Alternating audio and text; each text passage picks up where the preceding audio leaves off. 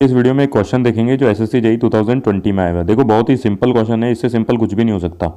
देखो क्वेश्चन में रीड कर देता हूँ। पहले ये कह रहा है कि 15 volt AC source is applied to a load impedance of 3-4 j ohm, find the load current. कह रहा है कि एक 15 वोल्ट एसी सोर्स है जिसको अप्लाई किया गया है एक लोड इंपेडेंस पे, और लोड इंपेडेंस की वैल्यू दे रखी है। अपन से पूछा है कि आप लोड करंट की वैल्यू बता दो। ठीक है, तो देखो ये कुछ ऑप्शन थे जिसमें से एक करेक्ट था।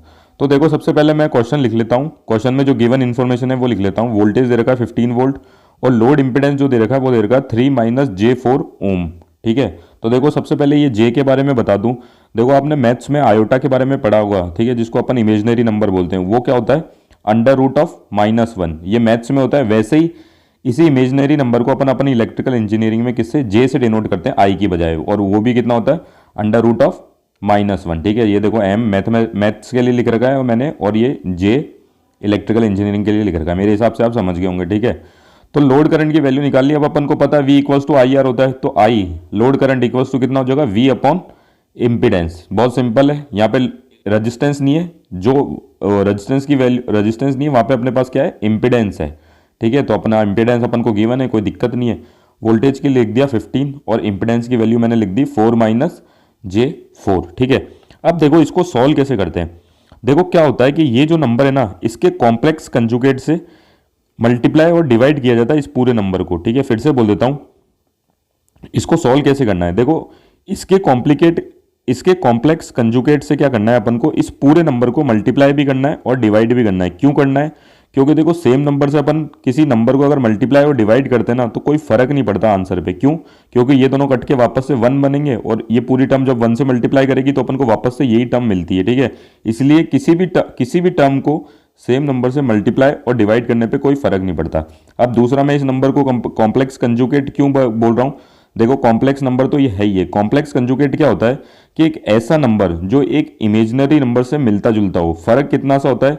इनके जो रियल पार्ट है ना, वो तो देखो सेम होने चाहिए। ये रियल पार्ट 3 है तो यहाँ पे भी रियल पार्ट 3 है, और इमेजिनरी पार्ट भी सेम होना चाहिए, बट ऑपोजिट साइन का। तो जैसे यहाँ पे अगर माइनस साइन है तो यहाँ पे जो इमेजिनरी नंबर है वो पॉजिटिव साइन का होना चाहिए, और अगर यहाँ पे पॉजिटिव साइन होता तो इमेजिनरी नंबर यहाँ पे क्या होता? यहाँ पे अगर पॉजिटिव साइन होता तो इमेजिनरी नंबर का साइन यहाँ पे क्या हो जाता? नेगेटिव। ठीक है ना, तो इस नंबर को क्या बोलते हैं? कॉम्प्लेक्स कंजुगेट, जिसमें रियल पार्ट सेम होता है और इमेजिनरी पार्ट भी सेम होता है, बस साइन चेंज होता है। ठीक है, तो इससे मल्टीप्लाई डिवाइड करेंगे। देखो फिर सॉल्व कैसे करना है। ये पूरी टर्म को मैं मल्टीप्लाई की फॉर्म में ऐसे का ऐसा लिख रहा हूँ। ठीक है, अब देखो इन दोनों को मल्टीप्लाई कर रहा हूँ। अपन को देखो ये ए है और ये ए है, दोनों सेम टर्म है। ठीक है, और ये बी है और ये भी बी है, क्योंकि ये दोनों भी सेम टर्म है। तो देखो आपने एक फॉर्मूला पढ़ा होगा, a+b × a-b कितना होता है? a² - b²। तो देखो यहाँ पे a का स्क्वायर 3 का स्क्वायर माइनस 4j का स्क्वायर, क्योंकि b क्या है यहाँ पे? 4j, या फिर j4 बोल सकता हूँ। तो देखो 3 का स्क्वायर सबको पता है 9 होता है। अब देखो ये j का स्क्वायर क्या होगा? ठीक है ना, क्योंकि अपन को 4 और j दोनों का स्क्वायर करना है। तो देखो 4 का स्क्वायर तो 16 हो जाएगा। j का स्क्वायर क्या होगा था? j की वैल्यू कितनी होती है? √-1। अब √-1 का जब अपन स्क्वायर करेंगे तो कितना बचेगा? कितना आएगा अपने पास? -1 आएगा। ठीक है, ये बात समझ गए होंगे आप मेरी। ठीक है, तो ये देखो j का स्क्वायर कितना हो गया? -1, माइनस माइनस प्लस, तो ये खुल के कितना हो जाएगा?